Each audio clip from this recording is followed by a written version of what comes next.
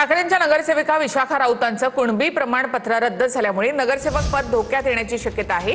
विशाखा राऊतांचं कुणबी प्रमाणपत्र रद्द झाल्यामुळे राजकीय हालचालींनाही वेग आलाय। सदा सरवणकर यांनी प्रिया सरवणकर यांच्यासोबत एकनाथ शिंदेंची भेट घेतली। प्रिया सरवणकर यांनी विशाखा राऊतांच्या विरोधामध्ये निवडणूक लढवली होती। उद्धव ठाकरेंच्या नगरसेविका आणि माजी महापौर विशाखा राऊतांचं नगरसेवक पद धोक्यात आले। पालघर जिल्हाधिकाऱ्यांनी त्यांचं कुणबी प्रमाणपत्र रद्द केले, त्यामुळे त्यांचं नगरसेवक पद रद्द होण्याची शक्यता आहे। विशाखा राऊत यांच्याकडे निर्णयाविरोधात अपीलसाठी 3 महिन्यांची मुदत आहे।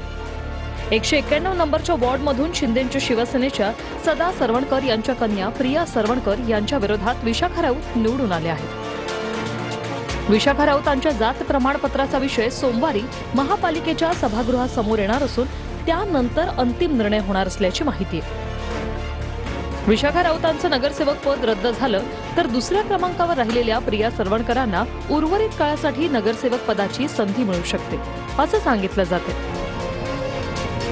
दुसरीकडे हे प्रमाणपत्र रद्द होता सदा सरवणकर, समाधान सरवणकर आणि प्रिया सरवणकर यांनी एकनाथ शिंदेंची भेट घेतली।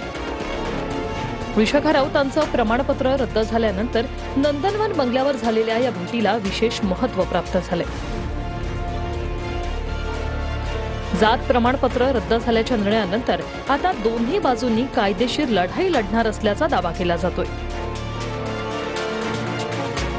ते फार सोपा मार्ग आहे ना, जात पडताळणी समितीला दबाव टाकायचा, मग ते रद्द झालं जात पडताळणीचं की आपोआप आपल्या पक्षाचा नगरसेवक त्याच्यामध्ये येतो। भाजपकडनं काय दबाव नाही आहे, शिंदेच्या सेनेकडनं दबाव आहे। भाजप कशाला शिंदेच्या सेनेचे नगरसेवक अंगावर घेईल?